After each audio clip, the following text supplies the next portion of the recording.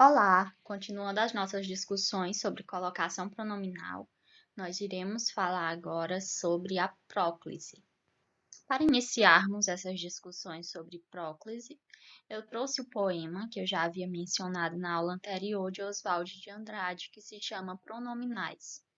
O poema diz o seguinte: Dê-me um cigarro, diz a gramática, do professor e do aluno, e do mulato sabido. Mas o bom negro e o bom branco da nação brasileira dizem todos os dias: Deixa disso, camarada, me dá um cigarro. O que é que nós podemos observar aqui? Que quando iniciamos uma frase, e essa frase, principalmente nessa frase, há uma necessidade de antemão ser colocado um pronome oblíquo, átono, ele deve vir depois do verbo. Então, nós sabemos que no dia a dia, numa situação mais informal, nós falamos, né? Me dá uma caneta, me empresta uma caneta. ah, a gente sempre fala utilizando a próclise.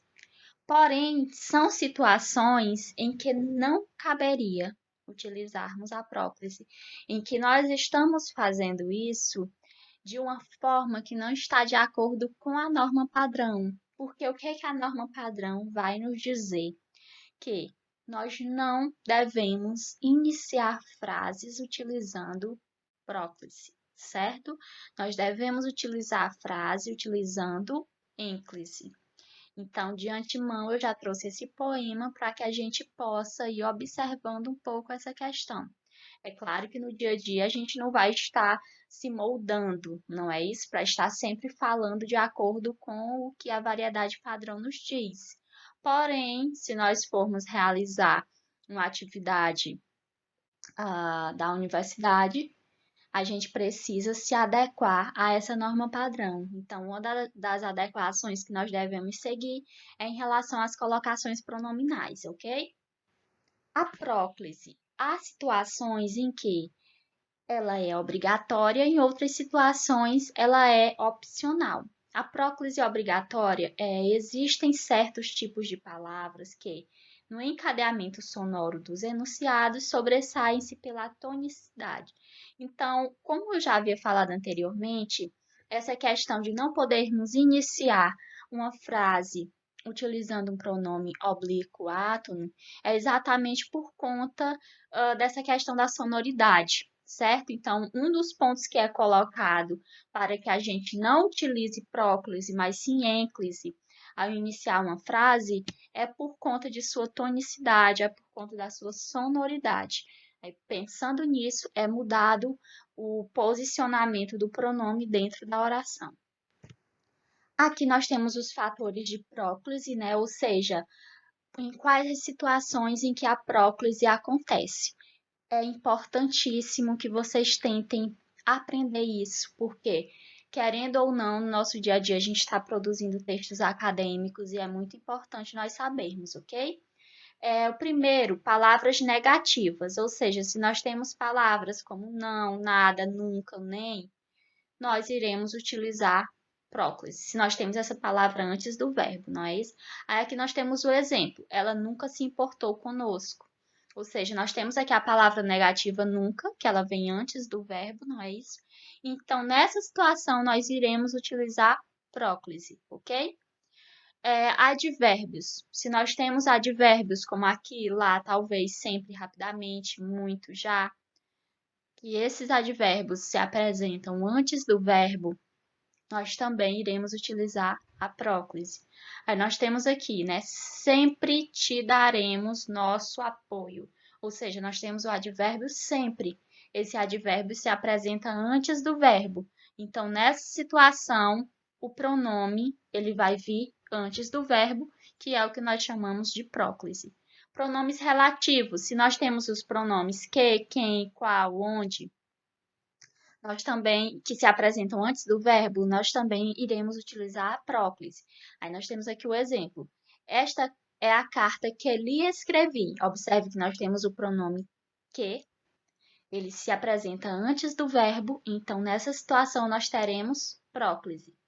Pronomes indefinidos. alguém, tudo, outros, muitos, alguns. Se nós temos um desses pronomes indefinidos presente no texto e esse pronome está antes do verbo, nós também iremos utilizar próclise, ok?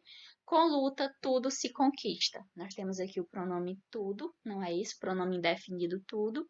Está antes do verbo, então nós temos próclise. Pronomes demonstrativos. Este, aquela, isso.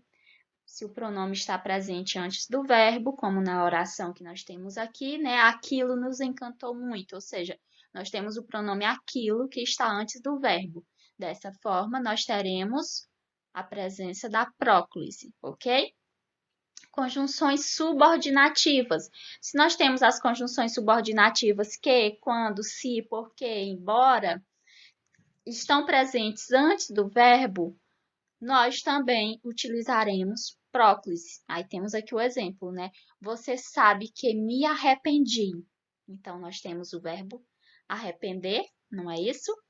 Nós temos aí a conjunção subordinativa que, dessa forma, nós utilizaremos a próclise. Ok? E ainda em relação à próclise, é importante fazer essa ressalva. Se o advérbio ele estiver isolado, ou seja, se a gente perceber esse silêncio na fala, né, ou na escrita, o uso da vírgula, ele deixa de funcionar como fator de próclise. Nesse caso, usa-se a ênclise. Lembra que a gente já falou na aula anterior que quando nós temos a presença da vírgula, ao invés da próclise, a gente utiliza a ênclise. Não só da vírgula, mas de qualquer outro sinal de pontuação, ok? Aí nós temos aqui o exemplo.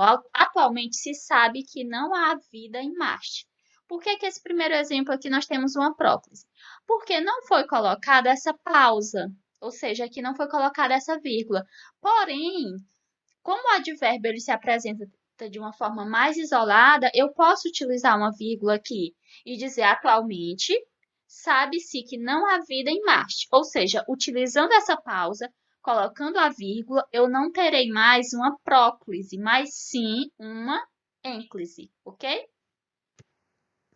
Ainda em relação à próclise, né? Além dos casos referidos no quadro, a próclise também é obrigatória nesses dois casos. E aí nós temos o primeiro, em frases interrogativas, exclamativas e optativas, que no caso as frases optativas são frases que exprimem desejo.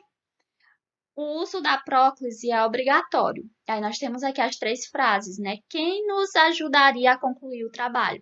Nós temos uma frase interrogativa. Então, dessa forma, a próclise é obrigatória. A segunda oração. Quanto se discutiu inutilmente naquela reunião? Nós temos uma frase exclamativa. Então, dessa forma, o uso da próclise também é obrigatório. E a última oração, que a terra lhe seja leve. Observe que aqui nós estamos exprimindo o quê? Um desejo, não é isso? Ou seja, é uma frase optativa. Dessa forma, a próclise também é obrigatória. E uma outra situação em que a próclise é obrigatória é na construção da preposição em, mas o gerúndio. E aí nós temos um exemplo. Em se tratando de contar vantagens, ele é o campeão. Ou seja, nós temos aqui a preposição em, nós temos o verbo no gerúndio. Dessa forma, a colocação pronominal também deve ser a próclise, certo? E a próclise opcional? Ela é opcional se o verbo ele não iniciar a oração e não houver fator de próclise, que foram aqueles fatores que nós estudamos no quadro. Então, se numa situação o verbo ele não iniciar a oração e não houver fator de próclise, eu posso utilizar tanto a próclise quanto a ênclise, ok? Aí nós temos aqui o exemplo que eu posso dizer tanto muitos japoneses se fixaram nesta região ou dizer muitos japoneses fixaram-se nesta região. As duas formas estão corretas. Uma outra situação é com a preposição de, com, em, para, ou palavra negativa, mas o verbo no infinitivo. São situações em que também nós podemos utilizar tanto a próclise ou a ênclise, certo? Aí tem o exemplo também, né? Ela não teve a intenção de te envolver na confusão. Está correto, assim como está correto dizer que ela não teve a intenção de envolver-te na confusão, certo? Então, aqui são situações em que eu posso utilizar o pronome antes do verbo ou depois do verbo, ok? Essa foi a referência utilizada. Um abraço a todos e todas.